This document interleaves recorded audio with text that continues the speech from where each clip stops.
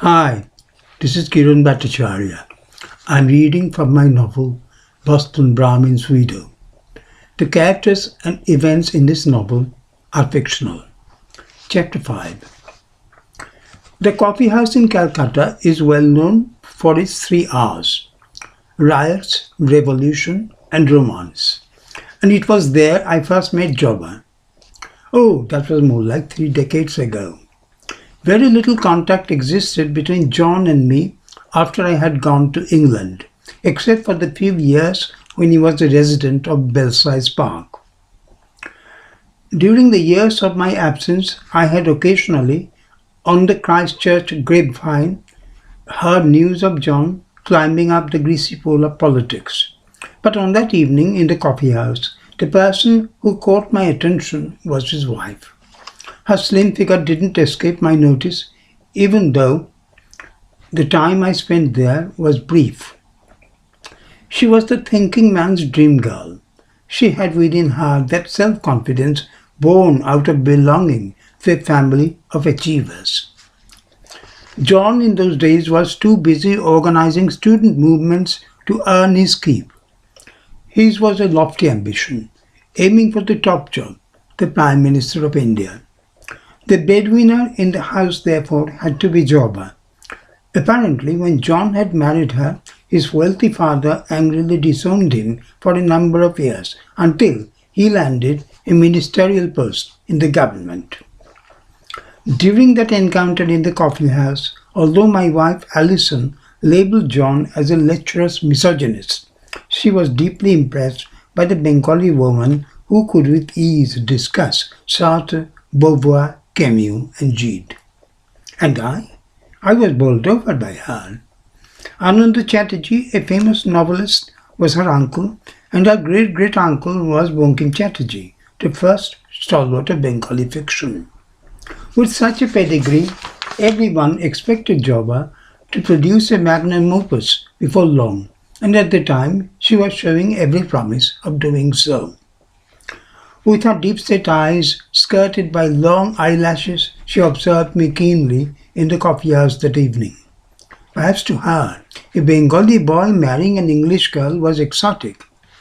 Perhaps she had the usual curiosity about the practical aspect of a mixed marriage when such a gulf exists between the two cultures. My own sister often posed a curious question. When you say, "I love you," does it feel the same as telling her, "আমি তোমাকে ভালোবাসি"? Does it offer the same romantic attachment? My response to her at the time was the obvious one. How do you know I don't say to her, "আমি তোমাকে ভালোবাসি"?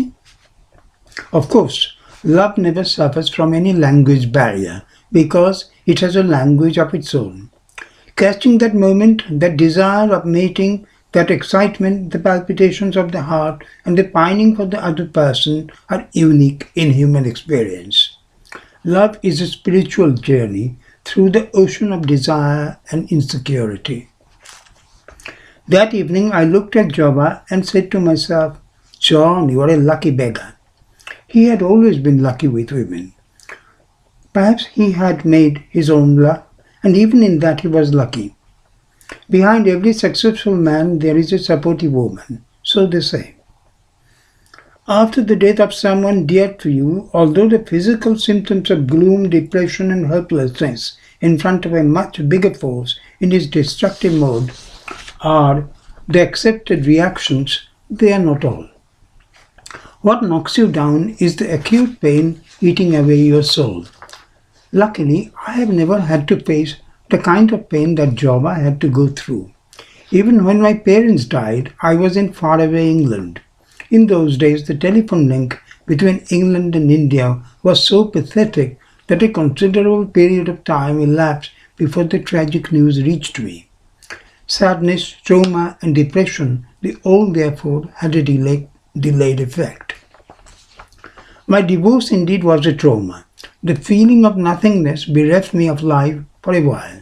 However, the fact that Alison was alive and living only a few miles away didn't make our break so final as Jobba's. During that period of her gloom, I tried to be a solace to her.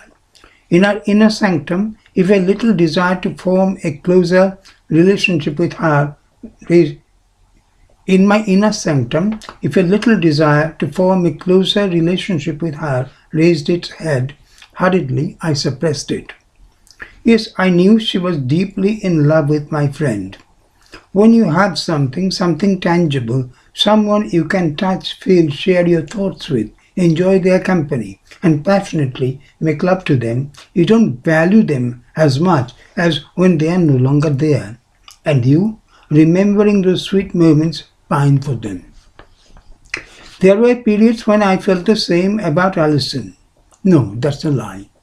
I didn't pine for her. I pined for those early years before we were married, before we had children. I pined for those evenings walking on Hampstead Heath, kissing, cuddling, calling each other by our own private pet names given by us and known only to us. I pined for getting back those days of carefree love with Alison. After a long walk on Hampstead Heath, we used to descend to our favourite restaurant in Heath Street in the evening. We didn't have enough money. She on a student grant and me relying on the measly income of an accountancy trainee. We could just about afford chicken curry and rice. Alison used to be quite a sight, eating curry and rice with her runny nose, which offered me plenty of opportunities to tease her. Oh, I loved those moments. She used to tap me under the table in mock anger and threaten me with the punishment she was going to mete out that night. I loved the punishments she gave me when we returned to my bedsit in Western Lane. In those days, England wasn't so liberal as now. An unmarried couple didn't share the same house or apartment like a married couple so openly. There was so much fun in that naughtiness of ours. At night, in my 2.5-foot bed, every time she moved, I had to move with her and vice versa, so that one of us didn't fall from the bed. Our relationship was deeply physical and we loved it, especially so because we were biting the forbidden fruit. Nothing is so sweet and exciting as premarital love, when you have each other because you want each other.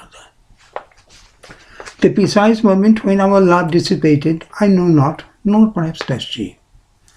The demands of life, the demands made by our careers, the demands made by the children, they soon transformed us into total strangers.